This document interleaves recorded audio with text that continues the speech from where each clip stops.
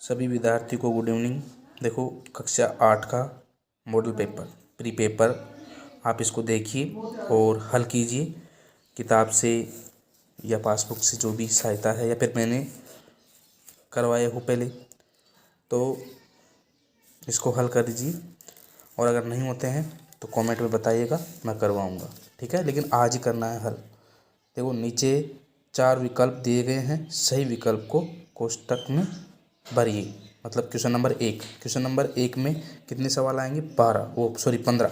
मतलब question number 1 15 number का आएगा, जिसमें तुमको क्या दे रखा है, जो कोष्टक है ना उसमें भरना है ABCD जो भी है।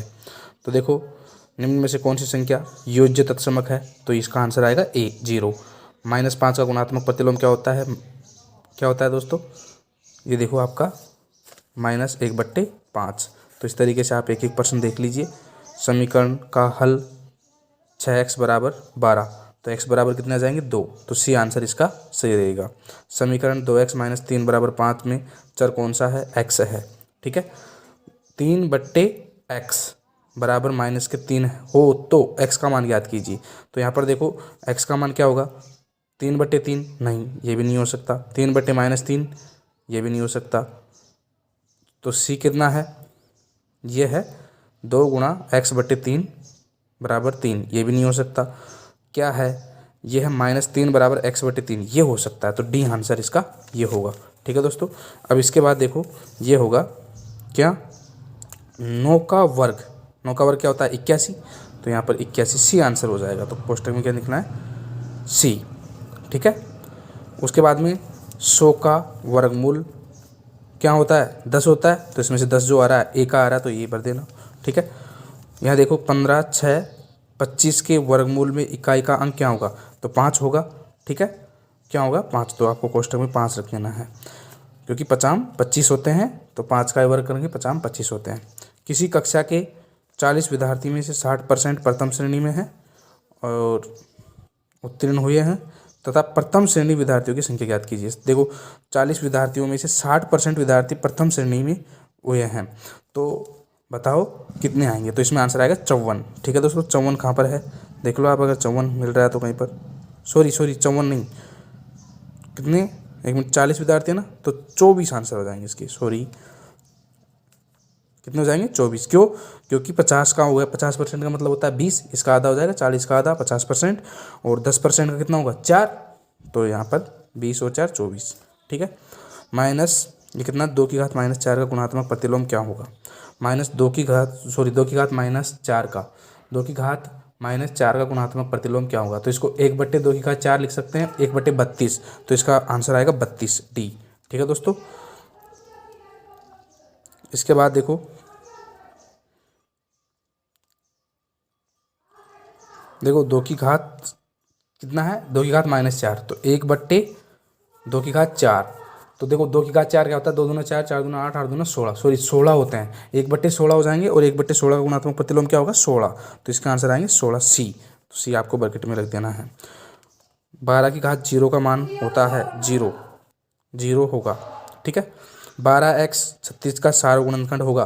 तो यहाँ से देखो 12 कॉमन निकाल लो, 12 भारतीय 36 3x, और सॉरी 12x और 3 भारतीय 36 होते हैं ना। तो यहाँ पर ब्रैकेट में दे रखा होगा कितना, उत्तर कितना है? ब्रैकेट में नहीं दे रखा। यहाँ पर देखो बगल में आंसर आएंगे, बगल में इसके उत्तर आएंगे, तो आपको ऑप्शन चूज करना है। तो यहाँ पर देखो 12 कॉमन निकल रहा है, सारा गुणनखंड देखे तो 12 कॉमन निकल रहा है, तो क्या हो जाएगा आंसर? 12। सारा गुणनखंड कितना है? 12, ठीक है। छोटी संख्या 12। संख्या 10 × 5 + 6 का सामान्य रूप क्या होगा? 10 10 × 50 + 6 कितने होते हैं 56, तो इसका आंसर आएगा 56। ठीक है। कोई संख्या 10 से विभाजित होती है की शर्त लिखो। कोई संख्या 10 से विभाजित कब होगी? जब उसका इकाई अंक 0 होगा। ठीक है दोस्तों, तो यहाँ पर क्या आएगा? इकाई अंक कितना होना चाहिए? 0। तो इसका शर्त लिखोगे तुम, इकाई का अंक 0 होना जरूरी है। ठीक है। रिक्त स्थानों की पूर्ति कीजिए। -2 से बड़ी परिमेय संख्या 0 या -3, तो 0 इसमें उत्तर आ जाएगा। x से 5 अधिक, तो x + 5। ठीक है। यहाँ पर खाली स्थान क्या आ जाएगा? x + 5। यहाँ देखो, एक वर्ग में विकर्णों की संख्या कितनी होती है? 2। ठीक है। विकर्णों की संख्या कितनी होती है? 2, तो आंसर आ जाएंगे 2। 272 के वर्ग में इकाई का अंक कितना होगा? तो देखो 2 दूना 4, 4 कितने होंगे? 4 आंसर। ठीक है। 7x - 42 का गुणनखंड होता है, तो देखो 6 ले लो, 6 कॉमन लिया, सॉरी 7 कॉमन लिया, तो 7 एकम 7 और 7 × 42, तो 7 × x - 6, तो ये वाला आ जाएगा। कौन सा? ये वाला। ठीक है दोस्तों। इसके बाद देखो 5वां सवाल, 50 का 50% का मान क्या होगा? तो आधा होता है ना, 100% होता है, 100% 50 के बराबर है, तो 50% के बराबर कितना हो जाएगा? 25। मूल बिंदु के निर्देशांक कितने होंगे? 0 0। क्या होंगे? 0 0। ठीक है। संख्या 132 के अंकों को उलटने पर बनने वाली संख्या क्या होगी? 231। ठीक है, 231। निम्नलिखित कथनों को पढ़कर सत्य या असत्य चुनिए। ठीक है। तो अब तीसरा क्वेश्चन देखो, दूसरा क्वेश्चन तो किस टाइप का आ गया? जो इसमें 8 सवाल होंगे खाली स्थान के टाइप का। अब जो तीसरा क्वेश्चन है वो 7 क्वेश्चन होंगे, उसमें भी क्या होगा? सत्य और असत्य होगा।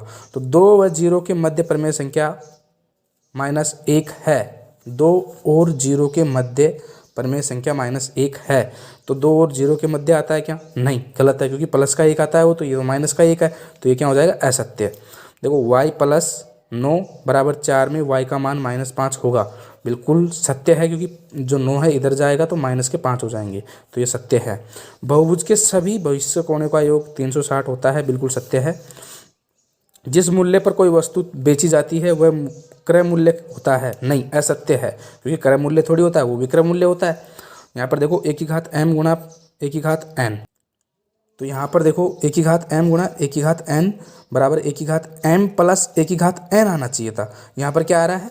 1m गुणा n, जो कि गलत है, क्योंकि मैंने जो फॉर्मूला लिखा था वो क्या था? 1m + 1n। कब आता है? जब आधार समान हो तो गुणा में घात जुड़ती है, ना कि गुणा होती है। ठीक है दोस्तों, तो ये क्या हो जाएगा? गलत, असत्य। m² - 25 के गुणनखंड m + 5 और m - 5 है, सत्य है बिल्कुल। एक संख्या a - b का a² - b² का फॉर्मूला लग रहा है इस क्वेश्चन पर। ठीक है, छठे सवाल पर, एक संख्या 9 से विभाजित होती है यदि उनके अंकों का योग 9 से विभाजित हो, बिल्कुल सत्य है। ठीक है। यहाँ पर देखो सुमेलित कीजिए, तो सुमेलित करना है तुमको। यहाँ पर देखो 2x गुणा 3y, तो इधर का जो बी पार्ट है, part A part B, part B में बताओ कि 3 दूना 6xy कहाँ पर आ रहा है? तो 6xy आ रहा है डी में, तो पहले का आंसर क्या हो जाएगा? डी, तो डी से सम्मिलित कर दीजिएगा।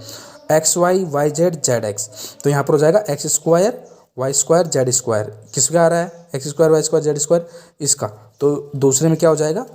a। ठीक है दोस्तों। अब देखो यहाँ पर है 3 में है a गुणा a³ हो जाएगा ना, a गुणा a, आधार समान होने पर गुणा में घात जुड़ती है, तो 3 बार गुणा में है, तो 3 प्लस में ऊपर घात में आ जाएगा, तो e है इसका। ठीक है। अब इसका है b, सॉरी इसका है चौथा सवाल, 5a³ क्या होगा? तो देखो 5a³ क्या 5y गुणा माइनस के 5y का स्क्वायर हो सकता है, क्योंकि माइनस गुणा माइनस तो क्या हो जाएगा? प्लस, और 5 25 y³, बिल्कुल सत्य है, सी, इसका चौथे का सी।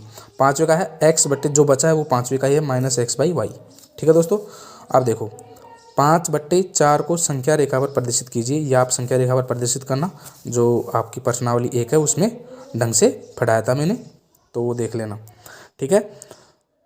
अब है छठा क्वेश्चन, 3x/5 + 2x/5 + x/5 का हल कीजिए। तो आप एलसीएम लेना, 5 एलसीएम आएगा, 3x + 2x + x कितने हो जाएंगे? 3 × 2 = 5 × 1 = 6, 6x/5। ठीक है, तो ये इस प्रकार आप हल कर सकते हो इसको। संख्या इसका 9 से विभाज्यता की जांच कीजिए। तो 9 से विभाज्यता की जांच कर लेना आप। ए और बी का योग बताइए। तो ए बराबर -5 और बी बराबर 8, तो इनका योग कर लेना ए प्लस बी। क्या करोगे, ए प्लस बी बराबर क्या हो जाएगा 8 प्लस -5 -5 प्लस 8 कितने हो जाएंगे, +3। ठीक है, क्रम विनिमयता का नियम लिखो तो लिख सकते हो आप। क्वेश्चन नंबर 10, ये समीकरण दे रखा है, इसको हल कीजिए। ठीक है दोस्तों, तो आप इसको अब वृत्त को आलेखिए देखकर प्रश्नों के उत्तर दीजिए। इस प्रकार आपका ये पेपर है। ठीक है दोस्तों, आप देख लीजिए, ये दिख रहा है आपको। आप इसको पोज करके उतारिए और फिर आप क्या करना है, आपको ढंग से कहीं से भी आपको जो मैंने लिखवाए थे वहाँ से आप इनको हल कर दीजिए। ठीक है, एग्जाम में मिल सकते हैं ये प्रश्न। अब देखो ऊपर देखो, ये प्रश्न है, इनको भी देख लेना। निम्न आकृतियों गंश और रंश के समांतर चतुर्भुज है, तो x और y का मान बताओ। तो यहाँ पर जो है आपको चतुर्भुज बनाने हैं, GUNS और RUNS समांतर है। तो आपको ये प्रश्नावली 4 में मिल जाएगा। ठीक है दोस्तों, किसी चौराहे पर आवागमन गत वर्षों की तुलना में 10% वृद्धि होती है यदि इस वर्ष 1540 वाहन एक दिन में गुजरे तो गत वर्ष के वाहनों की संख्या ज्ञात कीजिए। ठीक है दोस्तों, तो आपको बहुत अच्छे लगे होंगे, और अगर ये हल नहीं होते तो प्लीज़ कमेंट में बताइएगा, मैं हल करवाऊंगा। और आज ही हल करने हैं क्योंकि टाइम बचा नहीं है, 2 दिन का टाइम है। इस पेपर को पूरे को हल करके बताइएगा। ठीक है दोस्तों, और अगर नहीं होता है तो मेरे से कमेंट में बताना, मैं ज़रूर करवाऊंगा। ठीक है, थैंक यू।